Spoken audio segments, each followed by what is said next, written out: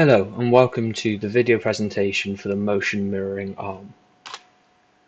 This project was chosen due to its links to prosthetic arms and limbs and the use of different mechanisms such as servo motors and electrical sensors to make the arm move. I also chose this because the motion mirroring community and the motion mirroring market is very niche and very expensive. Whilst I was doing my research, I found forearms and hands selling for hundreds of pounds with very limited functionality, whereas this is making it more commercially available by reducing costs. For example, the wrist and hand for this project only cost around £30 to manufacture, and the glove was about £50 all in all. Issues with this project were one of them was accurately mapping the user's motions to a high degree of accuracy, because there are many different degrees of freedom in a human arm, and finding those degrees of freedom using gyroscopes. So the gyroscope on the back of the hand could not, when moving to change the value of the gyroscope on the bicep, the gyroscope on the back of the hand also read that motion. So that motion had to be cancelled out. So the wrist didn't move when the user was not moving their wrist. That is only one of the issues. Other issues were such that once the hand is rotated and the bicep is curled, the arm is moving in a different degree of freedom to what the system thinks. So I've had to find a way around finding if the arm is in a certain position.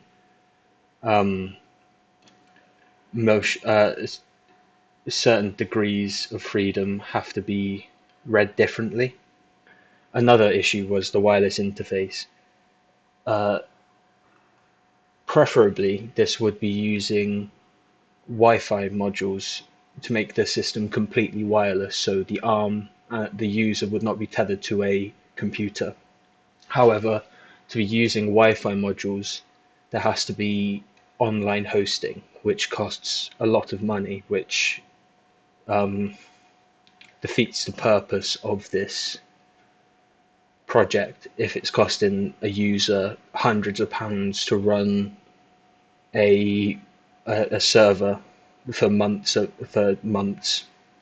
on end just to use this software. So instead of using a Wi-Fi module, I've opted to use the HC05 Bluetooth module instead. It's a shorter range, but it's a highly cheaper option for a user, for the user to have. Possible benefactors of this project include bomb disposal, medical factions, and nuclear reactor workers. This is because for the bomb disposal and nuclear reactor workers, it helps remove them from that situation. It's got such a fine degree of accuracy that it can do the user's job. They can control it to do their job from a safe enough distance where they are not in harm's way of being blown up or having having radiation poisoning. Medical factions can use this as first aid in volatile situations.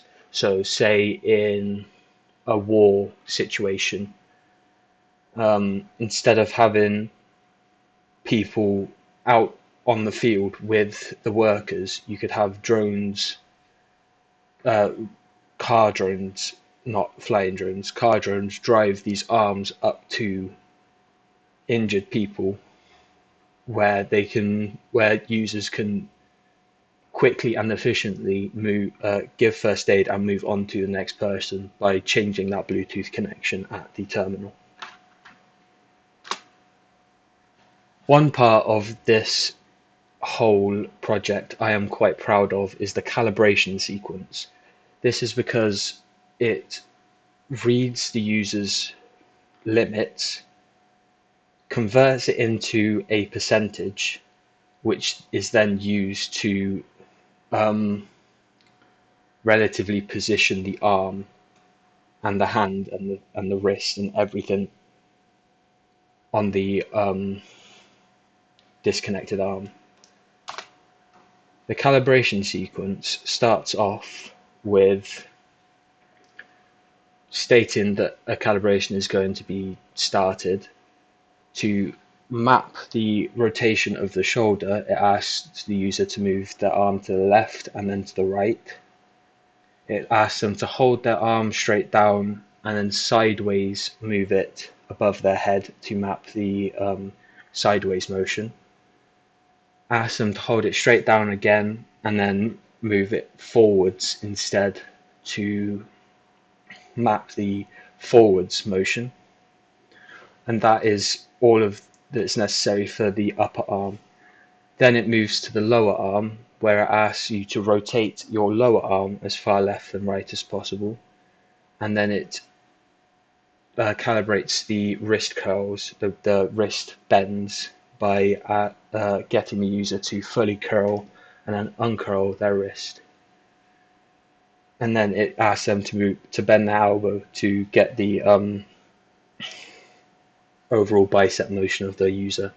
Then after that, it asks them to make a fist and then an open hand to find the range of motion of their fingers. With this, it maps every possible eventuality of the user's arm, so it can be mirrored to the arm wirelessly. To show how quick it is, here is a short video of me doing it myself. I'm reading the screen, so I know exactly what the process is asking of me. So I start by rotating my arm to the left and then to the right. I relax it by my side. I then lift my arm sideways to a comfortable limit. I lower it. And then forwards to a comfortable limit. And then lower it.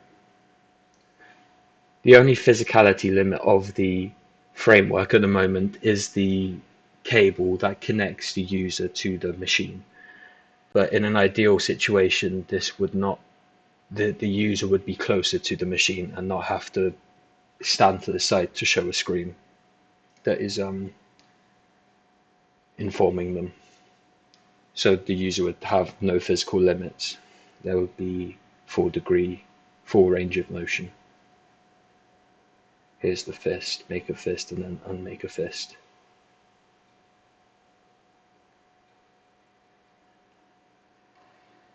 Thank you for listening to my presentation.